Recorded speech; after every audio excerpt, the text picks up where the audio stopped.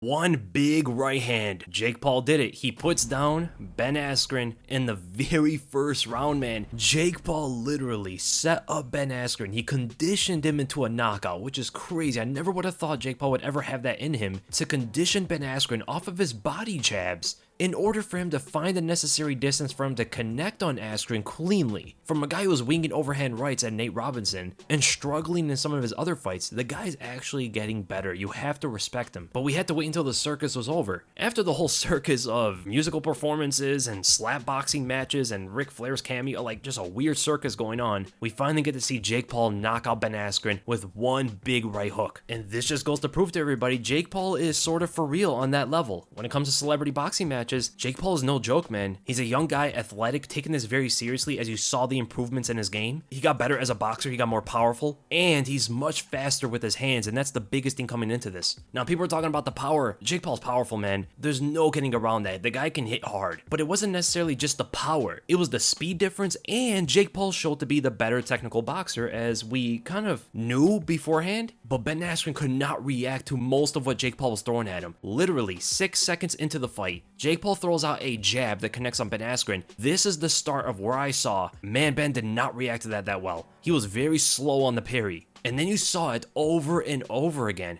Jake Paul winging out even left hooks, winded up looping left hooks with no setup, and still catching Ben Askren. Askren never saw it coming. And there was another jab immediately after that left hook that catches Askren when he was coming in. And then 3 seconds before the knockout, Jake Paul goes to the body with a jab. Then he throws a big overhand right that actually grazes Ben Askren. Askren's reaction to this was not that good, man. He was very slow on his defense. The only reason why this did not knock out Ben Askren was the fact that Jake Paul kind of miscalculated his distance. He didn't gauge of where to throw his punch to land cleanly. But this was the setup to the knockout, because in the knockout he dug in with his punches more, went forward instead of staying in place, like how he threw this overhand right. He threw the jab in Askren's face. Askren barely was able to parry it as he's moving away, and did not see the right hand coming at all at him. He had no reaction to the right hand and got caught clean by it. There was a huge difference in speed here. And Askren didn't pressure the way a lot of people thought he would have. In the beginning, he was kind of scaling the ring, moving away from Jake Paul, even though Jake didn't really have much of an offense in the beginning. He was just going to the body a lot with jabs, but then there were moments where nothing was really happening and Askren was still moving away from Jake Paul. It seemed like he had a lot of respect for Jake Paul's power and probably his athleticism, or maybe he felt something that night, because there were other moments in here that showed that Ben Askren had Jake Paul's respect. For an example, after a bunch of the body jabs, Jake Paul will feint like he's going to go to the body, and Askren moves away from it. And then another one where Jake Paul throws a jab from a very far distance. He even knows he won't land it, just to throw something in Ben Askren's face. And Askren again backs up away from Jake Paul. Askren should know from here,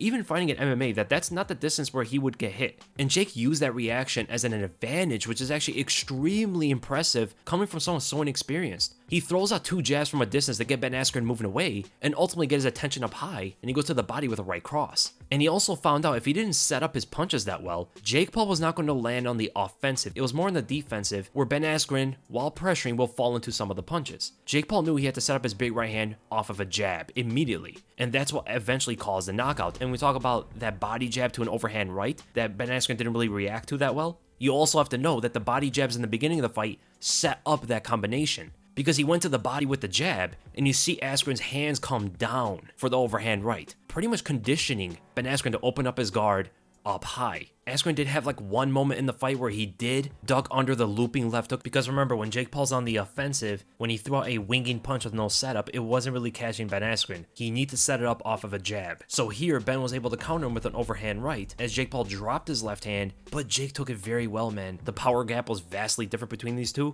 and he was attempting the pressure in moments. Rushed forward with his jab, putting it in Jake Paul's face, and you see Jake Paul did not react to that well. He was backpedaling away and even crossed his feet trying to take off an angle. That is hugely irresponsible to your defense. And whenever he got backed up to the ropes a bit and Ben Askren was coming at him, he would wing out big punches like an overhand right, and Ben was able to see that punch coming and duck under it for a clinch. Unfortunately for him, the ref broke it up pretty quickly and even pushed Ben Askren all the way to the opposite side of the ring, which was very weird. And people were talking about the knockout. Was the knockout justified? Was Ben Askren done? It looked like he wasn't completely out of it. He obviously got hurt very badly, but you can see when he's talking to the ref, he doesn't look like a guy's wobbling around who's rocked out of his mind. He was actually talking to the ref. The ref then paid attention to Jake Paul trying to push him away. Ben Askren thought Jake Paul's coming at him to fight, so Ben Askren gets into stance, and then he starts talking to the ref again, and he tells him, I'm okay. But in boxing, in order to know the fighter is okay, the ref usually wants them to step forward so he can grab his gloves and see if he has resistance. And I don't really think Ben Askren even knew what the ref was really doing. He's not a boxer, he's an MMA fighter and a wrestler who's never had to deal with anything like this before. You can see as the ref is telling him to come forward, and Ben Askren thinks it's time to fight, and that's where the ref stops the fight. No question about it, Jake Paul was the better boxer. It looked like he was probably going to win the fight regardless, due to the fact that Ben Askren